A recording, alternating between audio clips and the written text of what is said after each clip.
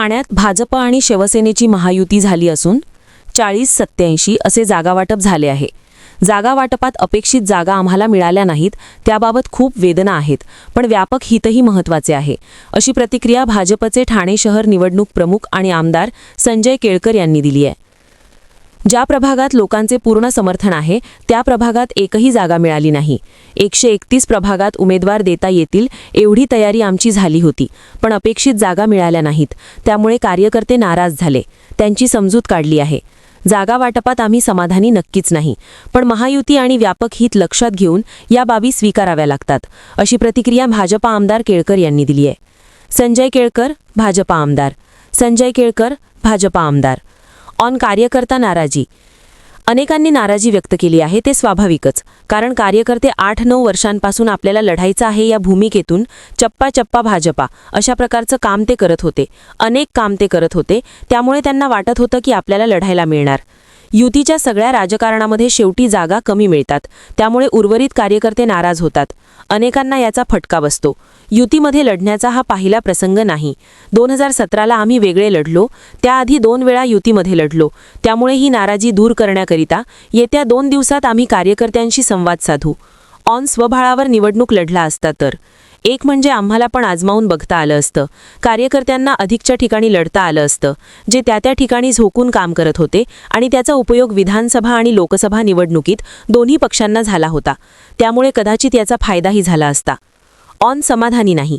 मी समाधानी नक्की नाही, कारण माझ्या मतदारसंघासकट ज्या ठिकाणी लॉजिकल मुद्द्यांवरून आम्ही त्यांच्याकडे ज्या जागा मागितल्या होत्या त्या जागा देण्याचा न्याय आम्हाला दिला गेला नाहीये.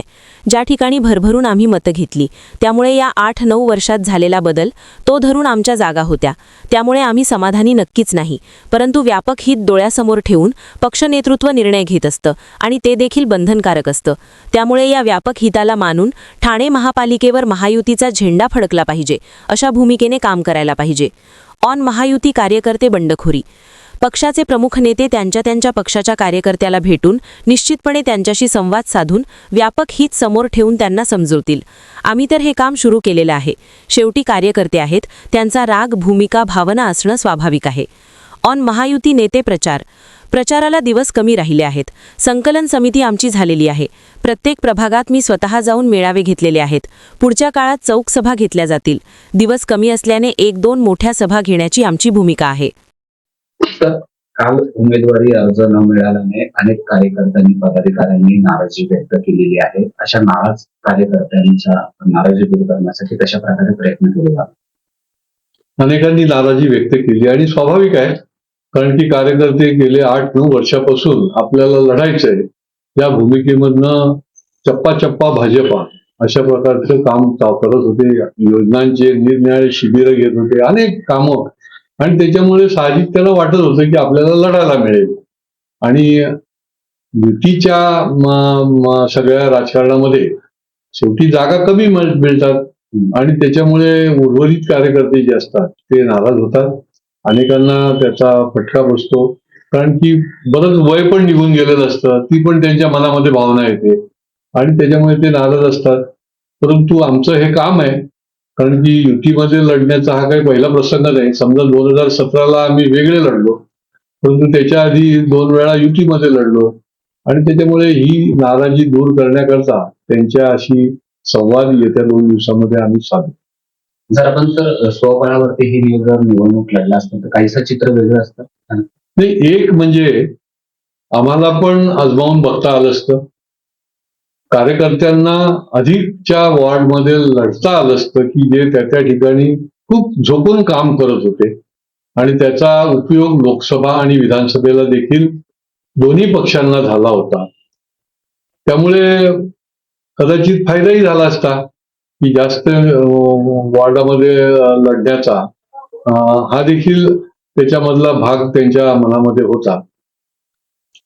सर, समाधानी नाही पण व्यापक हित महत्वाचं, अशी भावना तुम्ही व्यक्त केलेली, काय नेमकं त्यामागचं? नाही, मी समाधानी नक्की नाहीये, कारण की माझ्या मतदारसंघासकट ज्या ठिकाणी लॉजिकल मुद्द्यावर आम्ही त्यांच्याकडे ज्या जागा मागितल्या होत्या त्या जागा देण्याचा आम्हाला न्याय दिला गेलेला नाहीये, आणि त्याच्यामुळे ज्या ठिकाणी आम्ही भरभरून मतं देखील घेतली आणि त्याच्यामुळे या 8-9 वर्षामध्ये झालेला बदल त्या ठिकाणचा ते धरून आम्ही ज्या जागा होत्या त्याच्यामुळे आम्ही समाधानी नक्की नाही आहोत. परंतु शेवटी व्यापक हित डोळ्यासमोर ठेवून पक्ष नेतृत्व निर्णय घेत असतं आणि ते देखील बंधनकारक असतं आणि त्याच्यामुळे आपण निश्चितपणे या व्यापक हिताला मानून या महापालिकेवर महायुतीचा झेंडा फडकला पाहिजे अशा भूमिकेने काम करायला पाहिजे. पण काही ठिकाणी बंडखोरी देखील दोन्ही पक्षांमध्ये झालेली मिळते कार्यकर्त्यांमध्ये. तर काही ठिकाणी शिंदेच्या उमेदवारांना भाजपचे कार्यकर्ते मदत करणार नाहीत आणि भाजप